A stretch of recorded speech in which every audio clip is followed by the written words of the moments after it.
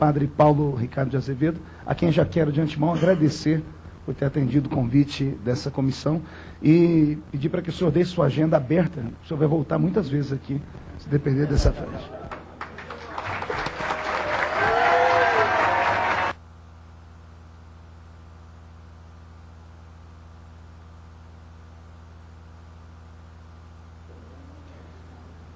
Agradeço ao deputado presidente e respondendo então a algumas perguntas, né?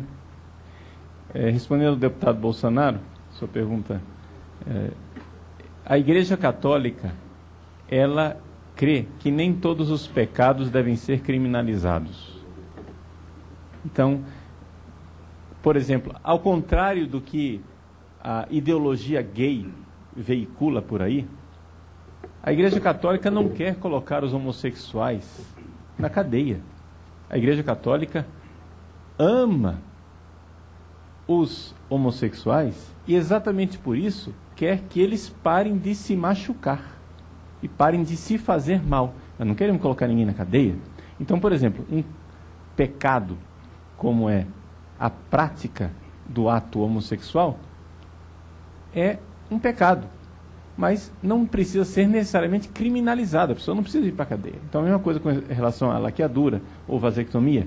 A igreja, você perguntou, a doutrina oficial da igreja. Então, a doutrina oficial da igreja é que a vasectomia e a laqueadura são pecados, né?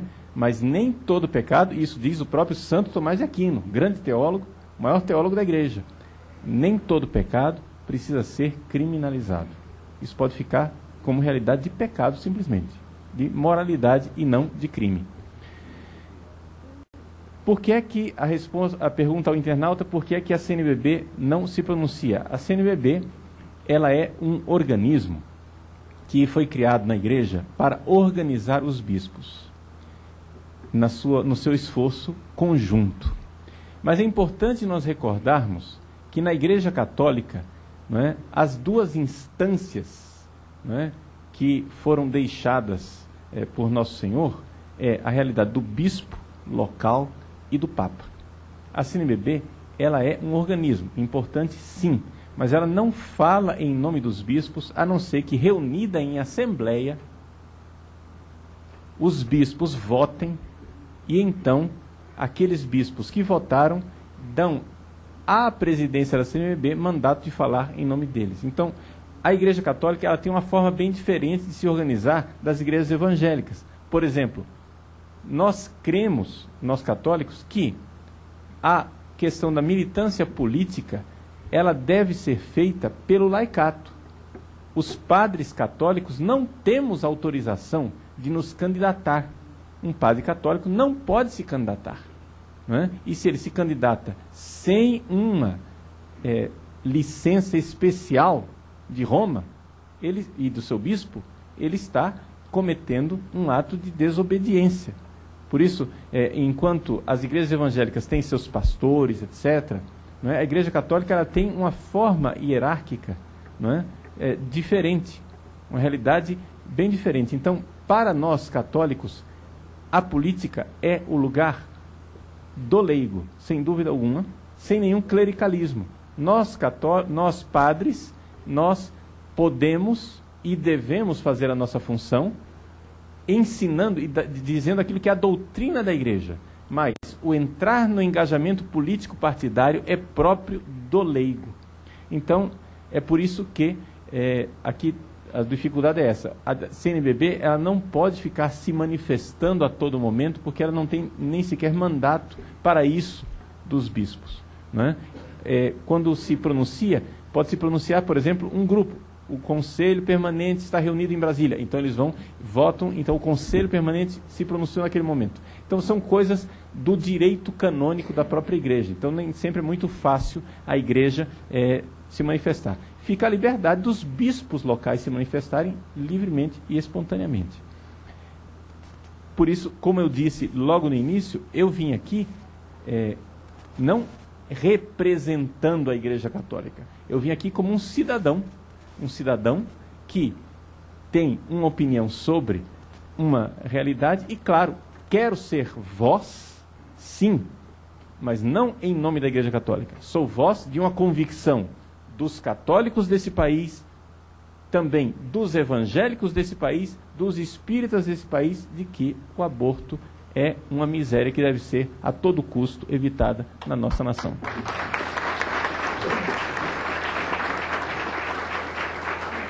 Com relação ao veto da lei que nós estamos tratando, a PLC 3 de 2013, alguém falou, a deputada Lilian falou, da possibilidade de um veto parcial.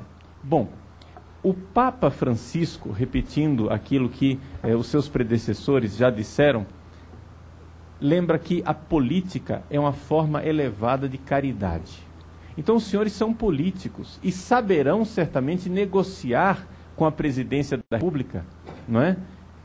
O seguinte, ela veta a lei como um todo e a casa assume o compromisso de o quanto antes, não é? Votar um outro projeto reelaborado, feito de uma outra forma, não é? Por quê? Porque o veto parcial não se justifica pelo seguinte: o artigo 1º não deve ser mantido porque transformou aquilo que é uma emergência médica, o substantivo era emergência médica, em adjetivo, atendimento emergencial. Então já descaracterizou, não é mais uma mulher em emergência médica. Então o artigo 1º deve cair. O artigo 2º deve cair porque ele simplesmente alarga de forma excessiva o conceito de violência sexual. Portanto, ele deve cair. Vetados esses dois artigos, a lei não se sustenta. Ela não fica de pé. Não faz sentido nenhum vetar esses dois artigos, porque vetando esses dois artigos, a lei inteira está vetada. Então, é minha opinião que a lei como um todo deve ser vetada. E aí cabe aos políticos, né, negociar. A política tem essa beleza de poder negociar. Negociação não é coisa ruim. Vamos lá e vamos negociar. Negociar com a presidência da República, né? A senhora veta e nós nos comprometemos. Tem uma contrapartida, né? Então os senhores é que vão exercer a arte política de negociar com a presidente da República, né?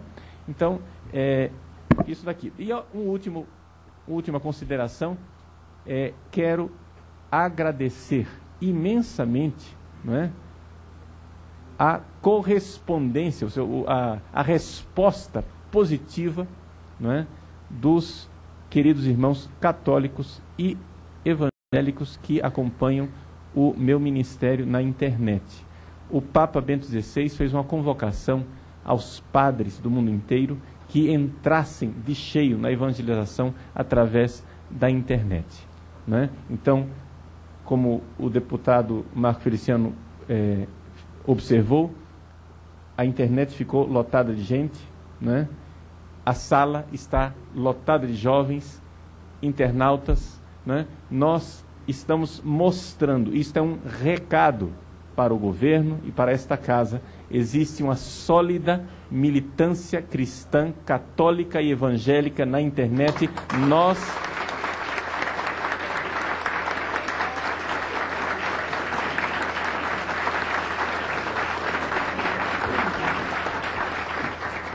pode ser que alguns de nossos pastores, padres, bispos estejam colocando panos quentes, minimizando os problemas, porque cada um tem seus compromissos políticos. Nós, porém, essa militância jovem, católica, evangélica, cristã, espírita, essa militância não está dormindo, nós não somos vaquinha de presépio. Nós estamos nos fazendo ouvir.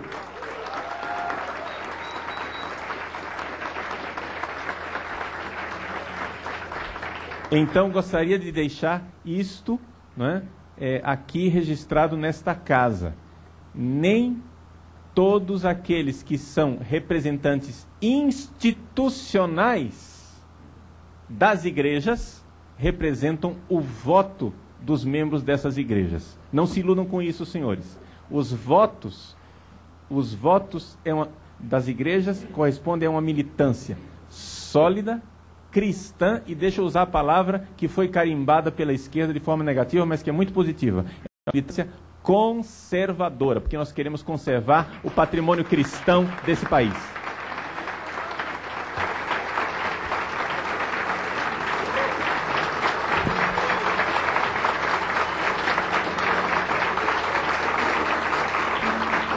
Muito obrigado, padre Paulo Ricardo de Azevedo Júnior, professor e mestre em Direito, por mais uma vez por ter atendido nosso convite. Essa é a única tristeza de um presidente, ele não pode se manifestar. Mas eu estou batendo pés aqui, não pode bater palmas, eu estou batendo os pés aqui. Muito obrigado. Com a palavra para as considerações finais, deputado João Campos, autor do requerimento da instalação da CPI do aborto na Câmara dos Deputados. Mais uma vez eu quero cumprimentar o deputado Marco Feliciano, nosso presidente, pela forma como conduz essa audiência pública.